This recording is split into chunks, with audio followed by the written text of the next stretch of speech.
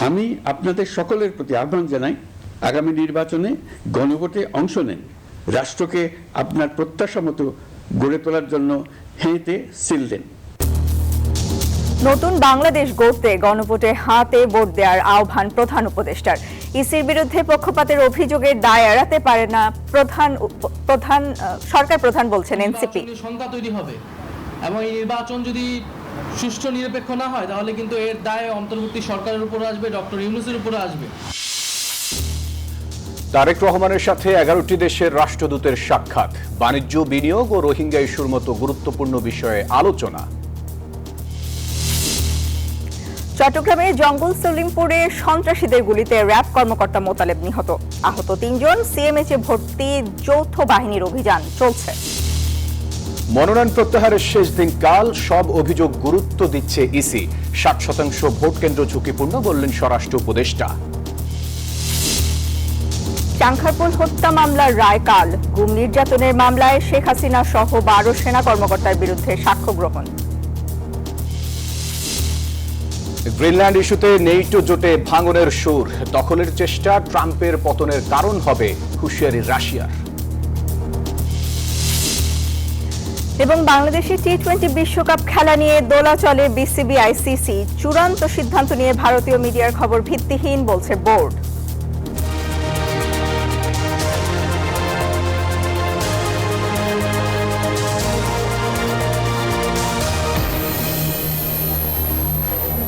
দর্শক, স্বাগত নিউজ 24 সংবাদে। আর পুরো সংবাদে আপনাদের সাথে আছি আমি ফয়সাল মাহমুদ এবং আমি সানজিদা ইসলাম। দর্শক দেখছিলেন সুপার বোর্ড সংবাদ শিরোনাম। চলে যাব পুরো খবরে। প্রত্যাশা অনুযায়ী রাষ্ট্র গড়ে তুলতে গণভোটে হ্যাঁতে সিল দেওয়ার আহ্বান জানিয়েছেন প্রধান উপদেষ্টা ডক্টর মোহাম্মদ ইউনূস। তিনি বলেন, হ্যাঁতে সিল দিলে নতুন বাংলাদেশ গড়ার দরজা খুলে যাবে। গণভোটে হ্যাঁতে সিল দেওয়ার আহ্বান জানিয়ে ভিডিও বার্তা দেন তিনি। আপনাদের সকলের প্রতি আহ্বান জানাই, আগামী নির্বাচনে গণভোটে অংশ নেন, রাষ্ট্রকে আপনার প্রত্যাশা মতো গড়ে তোলার জন্য হেঁটে সিল দেন। নতুন বাংলাদেশ গড়ার চাবি এখন আপনার হাতে। হেঁটে সিল দিলে নতুন বাংলাদেশ গড়ার দরজা খুলে যাবে। হেঁটে আপনি নিজে সিল দেন, আপনার পরিচিত সবাইকে সিল দিতে উদ্বুদ্ধ করুন এবং তাদেরকে ভোট কেন্দ্রে নিয়ে আসুন। দেশ পাল্টে দেন। ইনশাল্লাহ আমরা সবাই মিলে দেশ গড়ার এই সুযোগ নেব। বিএনপির চাপে নির্বাচন কমিশন ঋণ খেলাপি ও দ্বৈত নাগরিকত্বের বিষয়ে একপাক্ষিক আচরণ করছে বলে অভিযোগ করেছে এনসিপি। পাশাপাশি ইসির বিরুদ্ধে সংস্কারের বিপক্ষে অবস্থান নেয়ারও অভিযোগ করা হয়। প্রধান উপদেষ্টা ডক্টর মোহাম্মদ ইউনূসের সাথে বৈঠকে এই অভিযোগ করেন তারা। কোনো ইলেকশন ইঞ্জিনিয়ারিং মেনে নেওয়া হবে না বলেও জানান। আগামী নির্বাচনে কোনো পক্ষপাতিত্বের সুযোগ নেই জানিয়ে ডক্টর ইউনূস এনসিপি নেতাদের বলেন, নির্বাচন সুষ্ঠু হতেই হবে। সেই সাথে উৎসবমুখর সুষ্ঠু নির্বাচন অনুষ্ঠানে সব দলের সহযোগিতা চান তিনি। নির্বাচনের সার্বিক পরিস্থিতি নিয়ে বিএনপি জামায়াতের পর প্রধান উপদেষ্টার সাথে বৈঠক করে জাতীয় নাগরিক পার্টি এনসিপি। বৈঠকে এনসিপি আহ্বায়ক নাহিদ ইসলাম ও কেন্দ্রীয় নির্বাচন পরিচালনা কমিটির চেয়ারম্যান আসিফ মাহমুদ সজীব ভুইয়া সহ 4 সদস্যের প্রতিনিধি দল অংশ নেন। ইলেকশন কমিশন কিন্তু এটা এক অর্থে সংস্কারের বিরুদ্ধে অবস্থান নিয়েছে। প্রায় 1 ঘন্টার বৈঠকে এনসিপি নেতারা অভিযোগ করেন, বিএনপির চাপে দ্বৈত নাগরিকত্ব ও ঋণ খেলাপিদের বিরুদ্ধে ব্যবস্থা না নিয়ে বৈধ প্রার্থী হিসেবে ঘোষণা করেছে নির্বাচন কমিশন। এতে ইসির নিরপেক্ষতা নিয়ে প্রশ্ন উঠেছে। ঋণ খেলাপি ও দ্বৈত নাগরিকদের সংসদে দেওয়া তারেক রহমানের পরিকল্পনার কোনো অংশ কিনা তা স্পষ্ট করার আহ্বানও জানান নাহিদ ইসলাম। যে নির্বাচন কমিশন দ্বৈত নাগরিকত্ব যাদের রয়েছে এবং ঋণ খেলাপির দায়ে যারা অভিযুক্ত তাদের বিষয়ে আইনের দৃষ্টিতে কোনো সুস্পষ্ট অবস্থান নেয়নি, বরং তাদেরকে আইনের ফাঁকফোকর দিয়ে, সংবিধানের ভুল ব্যাখ্যা দিয়ে কিভাবে ইলেকশন করতে দেওয়া যায় সেই চেষ্টা তারা করেছে এবং এই চেষ্টাটা খুবই স্পষ্ট তারা করেছে বিএনপির চাপে। আসিফ মাহমুদ জানান, এনসিপিকে হেয় করতে নাহিদ ইসলাম এবং নাসির উদ্দিন পাটোয়ারিকে শোকজ করা হয়েছে। রিটার্নিং কর্মকর্তাদের যোগসাজশে করা শোকজ প্রত্যাহার করে এর কারণ ব্যাখ্যার দাবি জানান তিনি। সংস্কার বাস্তবায়নের জন্য গণভোটে হ্যাঁ ভোট দেওয়ার জন্য আমরা জনগণকে আহ্বান জানাচ্ছি, অথচ শুধুমাত্র ছবির দোহাই দিয়ে এটাকে নির্বাচনী প্রচারণার কথা বলা হয়েছে। যখন নির্বাচনী প্রচারণা নিষিদ্ধ থাকা অবস্থায় একটি দলের চেয়ারপারসন তিনি দেশে এসেছেন, আমরা তাকে আমাদের জায়গা থেকে স্বাগতম জানিয়েছিলাম, তার ছবি দিয়ে পুরো ঢাকা শহর ছেড়ে ফেলা হয়েছে। পলিসি যদি কোনো নির্দিষ্ট দলের প্রতি বা নির্দিষ্ট প্রার্থীর প্রতি আলাদাভাবে অ্যাপ্লাই করা হয়, তাহলে এটা নির্বাচন কমিশন এবং পুরো নির্বাচন ব্যবস্থাকে বিতর্কিত করবে বলে আমরা মনে করি। এদিকে প্রধান উপদেষ্টার প্রেস উইং জানিয়েছে, ডক্টর ইউনূস আশ্বস্ত করেন নির্বাচন সম্পর্কিত যে কোনো অভিযোগের বিষয়ে সরকারের পক্ষ থেকে সম্ভাব্য ব্যবস্থা নেওয়া হবে। জানান, নিরপেক্ষতা নিশ্চিতের জন্যই লটারির মাধ্যমে মাঠ প্রশাসনে রদবদল করা হয়েছে। আর সিসি ক্যামেরা, বডি ক্যামেরার পাশাপাশি কন্ট্রোল রুম থেকে ভোট কেন্দ্র মনিটর করা হবে। আমরা আসলে নির্বাচনের মাঠে যেতে চাই, কিন্তু আমাদেরকে যাতে আন্দোলনের মাঠে আনতে বাধ্য না করে নির্বাচন কমিশন। মারুফা রহমান, নিউজ 24, ঢাকা।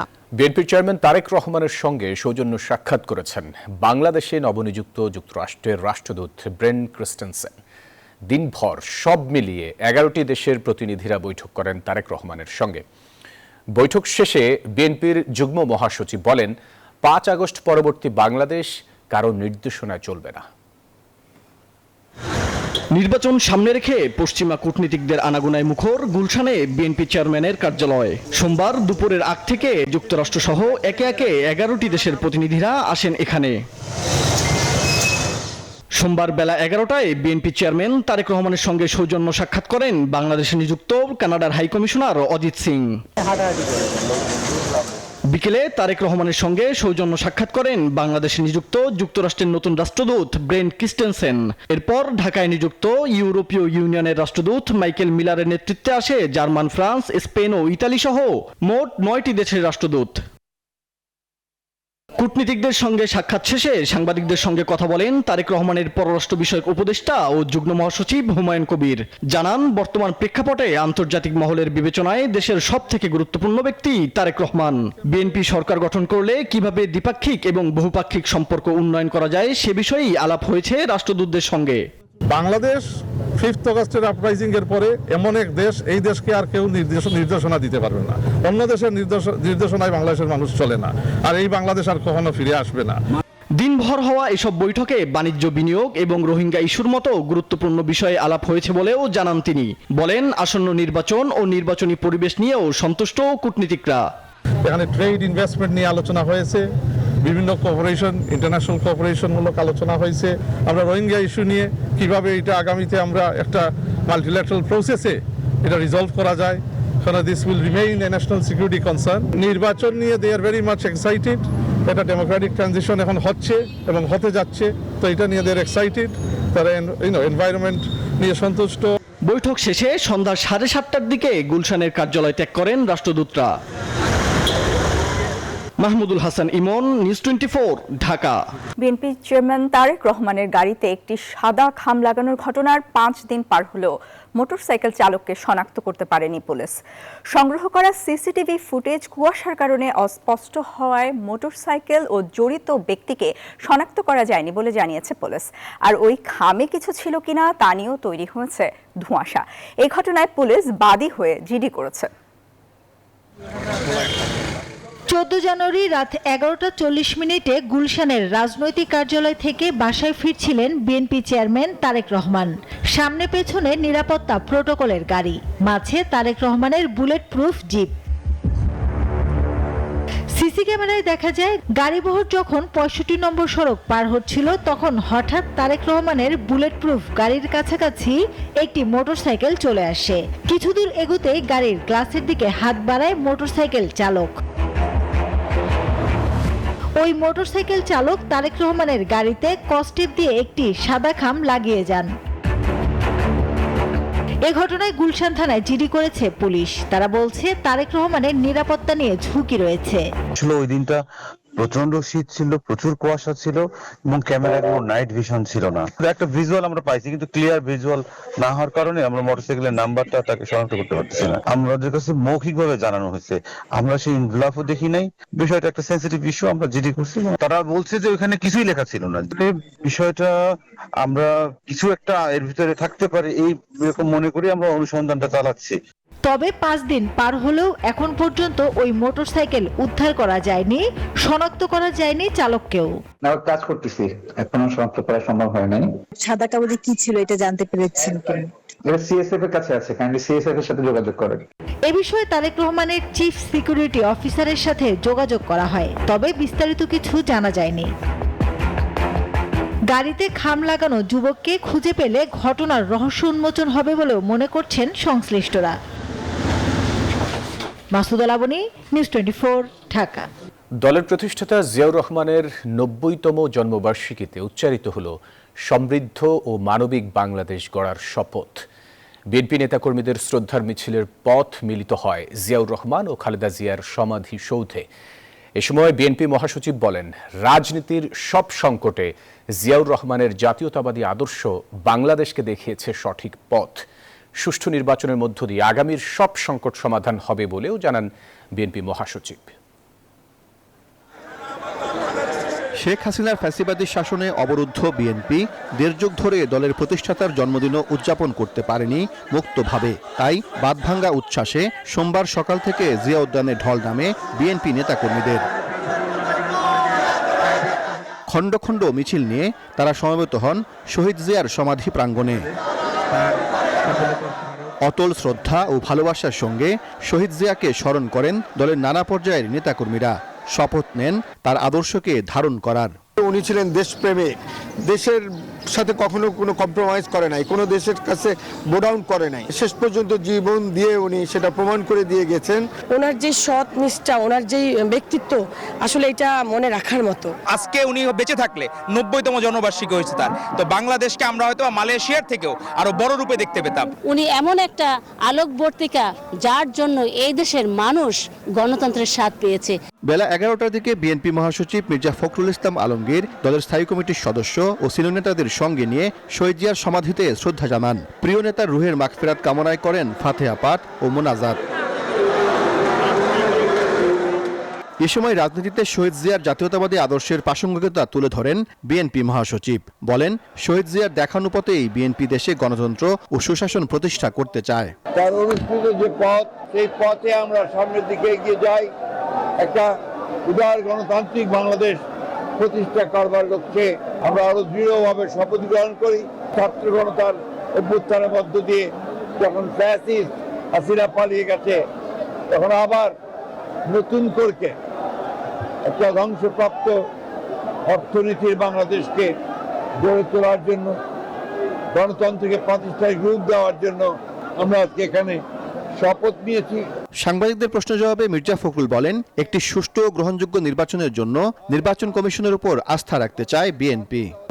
নির্বাচন কমিশনের যখন বাছাই হয় তখন কিছু সমস্যা থাকে, এটা নতুন কোনো ব্যাপার না।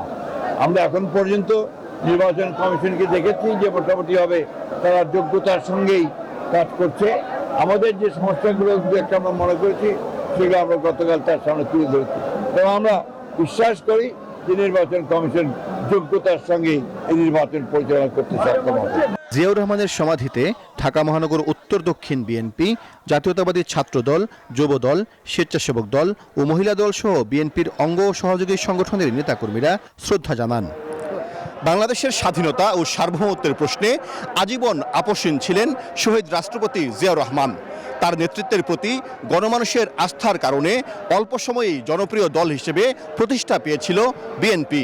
বিশ্লেষকরা মনে করেন, শহীদ জিয়ার আদর্শ ধারণ করে এগিয়ে গেলে পথ হারাবে না বিএনপি। সাইফুল ইসলাম, নিউজ 24, জিয়া উদ্যান, ঢাকা। চট্টগ্রামের সীতাকুণ্ডের জঙ্গল সলিমপুরে অভিযান চলাকালে স্থানীয় সন্ত্রাসীদের হামলা ও গুলিতে এক র্যাব কর্মকর্তা নিহত হয়েছেন। এই ঘটনায় গুরুতর আহত হয়েছেন আরও 3 জন। তাদের চট্টগ্রাম সিএমএইচে ভর্তি করা হয়েছে।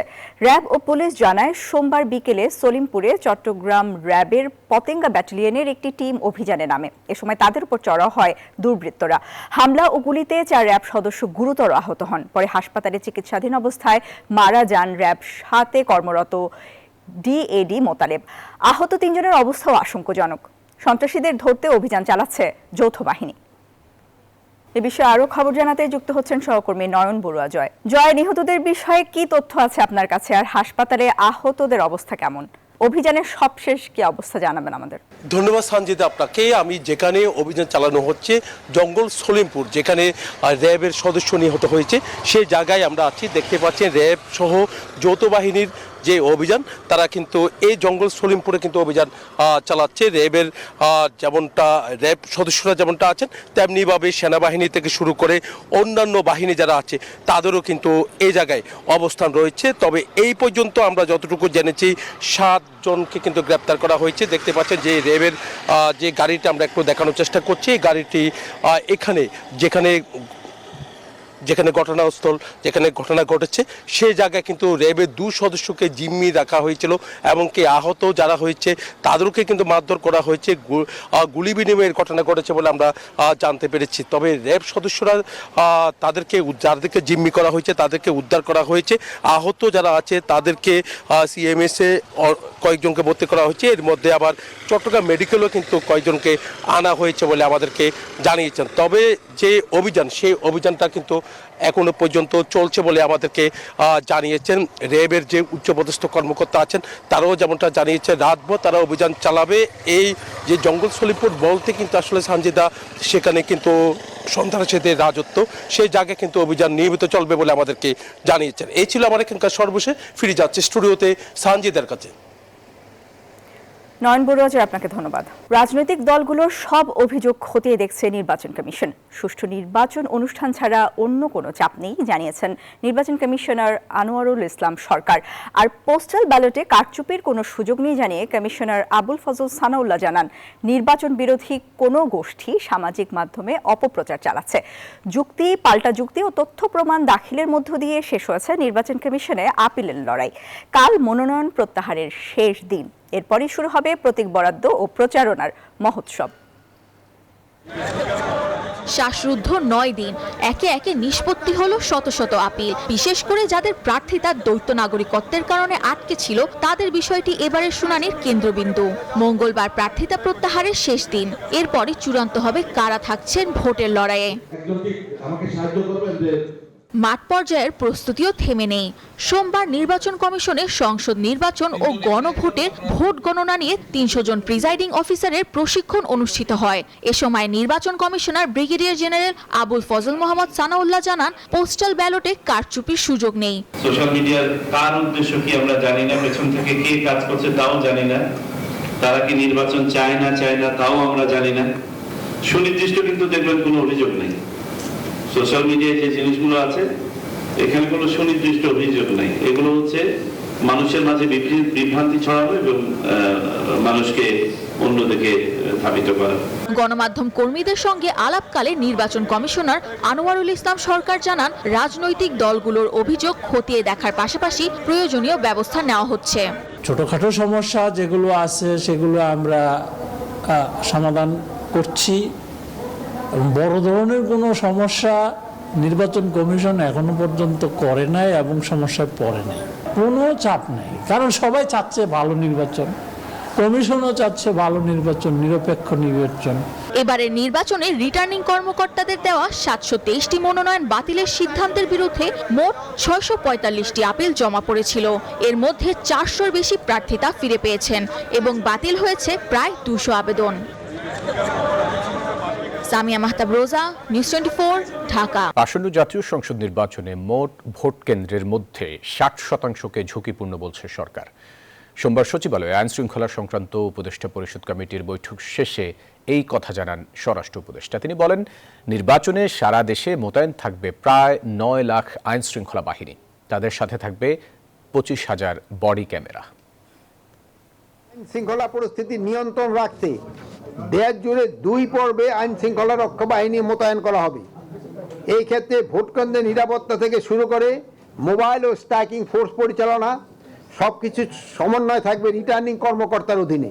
শান্তি শৃঙ্খলা রক্ষায় police, border guard Bangladesh, Ansar, VDP, coast guard সহ স্থানীয় বেসামরিক প্রশাসনকে সহায়তা দিতে ইন-এইড টু সিভিল পাওয়ার আওতায় সশস্ত্র বাহিনী সদস্যদের মোতায়েন থাকবে।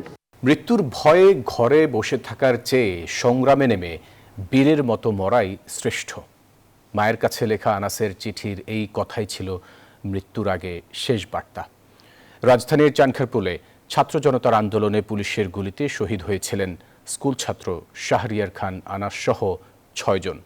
আন্তর্জাতিক অপরাধ ট্রাইব্যুনাল এই নির্মম হত্যার বিচারের রায় হতে যাচ্ছে কাল। গুম ও নির্যাতনের ঘটনায় মানবতাবিরোধী অপরাধের মামলায় শেখ হাসিনা, তারেক আহমেদ সিদ্দিক ও 11 জন সাবেক ও বর্তমান সেনা কর্মকর্তার বিরুদ্ধে প্রথম দিনের সাক্ষ্য গ্রহণ শেষ। পরবর্তী সাক্ষ্য গ্রহণ ও জেরার তারিখ 25 জানুয়ারি। সোমবার আন্তর্জাতিক অপরাধ ট্রাইব্যুনাল 1-এর বিচারিক প্যানেলে সাক্ষ্য গ্রহণ অনুষ্ঠিত হয়। গত বছরের 7 ডিসেম্বর 13 জনের বিরুদ্ধে রাষ্ট্রপক্ষ অভিযোগ গঠনের শুনানি করে। মামলায় সুনির্দিষ্ট 5টি অভিযোগ আনা হয়। চিফ প্রসিকিউটর জানান, গুমের বিচার না হলে আবার ভয়ের সংস্কৃতি ফিরে আসবে। এবারে জেডএসআরএম নির্বাচনের পথে।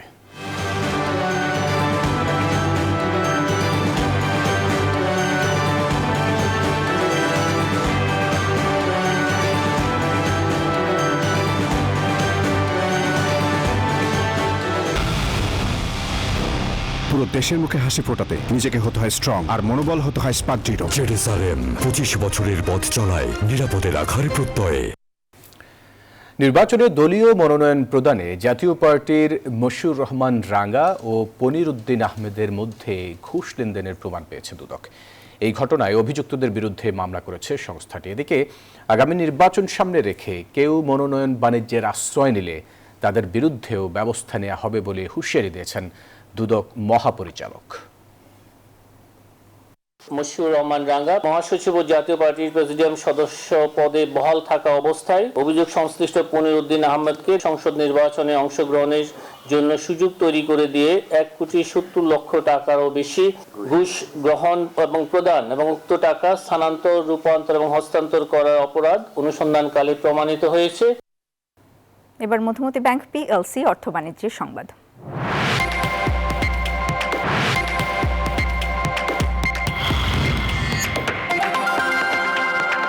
অন্তর্বর্তী সরকারের 1.5 বছরে দেশের অর্থনৈতিক অবস্থা আইসিইউ থেকে কেবিনে স্থানান্তর হয়েছে বলে মন্তব্য করেছেন অর্থ উপদেষ্টা ডক্টর সালেউদ্দিন আহমেদ। তিনি দাবি করেন, দেশের অর্থনীতি ভঙ্গুর অবস্থায় নেই। 18 বিলিয়ন থেকে 32 বিলিয়নে উন্নীত হয়েছে রিজার্ভ।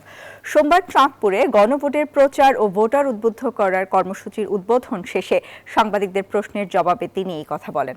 জানান, বিগত সরকারের সময়ে দুর্নীতি ও অর্থ পাচারের কারণে অর্থনৈতিক অবস্থা খাদের কিনারায় পড়ে গিয়েছিল। সেখান থেকে ঘুরে দাঁড়িয়েছে দেশের অর্থনীতি। দর্শক, ছিল নিউজ 24 সংবাদে। এতক্ষণ সাথে থাকায় ধন্যবাদ সবাইকে।